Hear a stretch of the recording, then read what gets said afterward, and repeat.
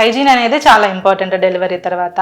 అంతేకాకుండా stress, delivery తర్వాత బేబీని చూసుకోవాలి, ఇంట్లో పనులు, వీటన్నిటి స్ట్రెస్ వలన మనకి హార్మోన్స్ డిస్టర్బ్ అవుతాయి, డిప్రెషన్ వస్తుంది, వీటన్నిటి వలన హార్మోనల్ చేంజెస్ వస్తాయి. అంతేకాకుండా ఏజ్ పెరిగే కొద్దీ మనకి అబార్షన్ రేట్స్ ఎక్కువగా ఉంటాయి. ఆల్రెడీ అబార్షన్స్ అయ్యాయి అనుకోండి, ఫస్ట్ టైం 1 లేదా 2 అబార్షన్స్ అయ్యాయి అనుకోండి, అవి టాబ్లెట్స్ తో క్లియర్ అయిందా, లేదంటే డిఎన్సీ చేయాల్సి వచ్చిందా, అంటే గర్భసంచిని క్లీన్ చేశారా. అంతేకాకుండా ప్రెగ్నెన్సీ అనేది ట్యూబ్స్ లో వచ్చిందా, ఇంతకు ముందు ఎక్టోపిక్ వచ్చిందా.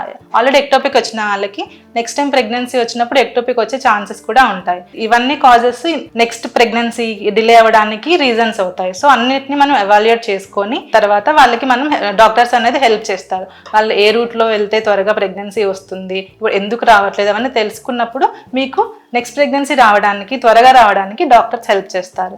సో మీరు నెక్స్ట్ ప్రెగ్నెన్సీ కోసం ట్రై చేయడానికి ఎక్కువ గ్యాప్ తీసుకోకుండా ఏజ్ కన్సిడర్ చేసుకొని, మ్యారీడ్ లైఫ్ కన్సిడర్ చేసుకొని, ఇవన్నీ చూసుకొని త్వరపడటం మంచిది.